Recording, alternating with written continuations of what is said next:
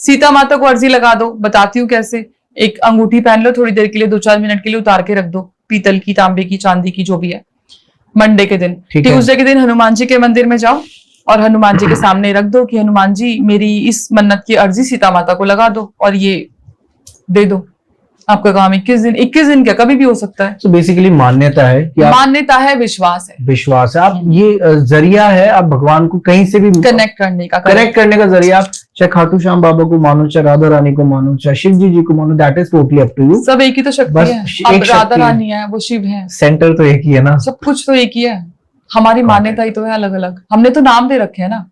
बिल्कुल सही, बिल्कुल वही चीज है। और मैं आपसे जानना चाहूंगा कि एक चीज, आपके साथ कभी कोई ऐसा एक्सपीरियंस जो आप शेयर करना चाहो, चाहे वो एक मैं कहूँ भक्ति से रिलेटेड हो, या कोई ऐसा हॉरर या कोई ऐसा एक्सपीरियंस जो आप शेयर करना चाहो ड्यूरिंग योर स्पेल, जो आप रेमेडी बताते हो किसी को, उसका कोई अपोजिट रिएक्शन आपको देखने को मिला? 2 चीजें मैं बताती हूँ। चलो, जैसे आपने बोला कि भक्ति और हॉरर दोनों का कॉम्बिनेशन बताती हूँ। मैंने पहले भी बताया है, छोटी थी मैं, बहुत छोटी थी। मैंने आज से 8 महीने पहले तक मैं शिव जी की भक्त थी जी। मैं ये नहीं बोल रही कि नहीं मानती, मैं मानती हूँ, बहुत रिस्पेक्ट देती हूँ, लेकिन हाँ वो भाव जो था ना, प्रेम भाव, वो उनके लिए था। ठीक है। तो किसी पॉडकास्ट में मैंने ये स्टोरी बताई थी जो मैं आज आपको बताने वाली हूँ, और वहां से मैं डाइवर्ट हो गई राधा कृष्ण में। ठीक है, बहुत छोटी थी, शायद कोई नकारात्मक ऊर्जा मेरे ऊपर थी। ठीक है, कि मेरे को सपने बहुत गलत आते थे या बहुत डरावने आते थे। शुरू बचपन में ना, अगर आपको याद हो तो, नींद नहीं आती थी, मम्मी पापा क्या कहते थे, राम राम 108 बारी बोलो, सबने किया है वो तो, और वो नींद भी आ जाती है ना। तो बीच में ही ना नींद आ जाती थी और वो 108 बारी कभी नहीं हुए।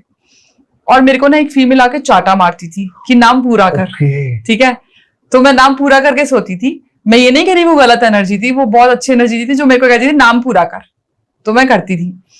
फिर मैंने वो धीरे धीरे वो नाम जप करना नॉर्मल बंद कर दिया। अब कोई ऐसी एनर्जी मैंने अनचाहे में ना चाह के भी अट्रैक्ट कर ली, जो कि मेरे को रात को परेशान करती थी, डराती थी। मेरी मम्मी ने झाड़ा लगवाया, पंडित के पास गई, कुछ नहीं, और वो मेरे को सपने में आके बोलती थी तूने आज झाड़ा लगवाया ना, मैं तेरा पीछा नहीं छोड़ूंगी। मम्मी ने पानी वारा सब कुछ किया, लेकिन वो सपने में फिर वो आके बोलती थी कि तूने आज ये काम किया ना, मैं तेरा पीछा नहीं छोड़ूंगी। बहुत डरती थी, सपने पे कंट्रोल भी नहीं था उस टाइम तक कि मैं हनुमान जी का ही नाम ले लूं। छोटी थी, शायद नॉलेज भी नहीं थी, मुझे नहीं पता। तो बहुत परेशान हो गई थी मम्मी भी, मैं भी बहुत परेशान हो गई थी। तो मुझे याद है कि वो लेडी ना मुझे बोल रही थी कि मैं तुझे नहीं छोड़ूंगी, मैं तुझे नहीं छोड़ूंगी, और मेरे को अचानक से बांसुरी सुनाई दी। क्या बात है? हाँ, बांसुरी सुनाई दी बहुत दूर से। वो लेडी बहुत पास थी, बांसुरी बहुत दूर थी। वो बांसुरी पास आती रही, वो लेडी दूर जाती रही। वो लेडी दूर चली गई और वो लास्ट था, और बांसुरी बिल्कुल पास आ गई।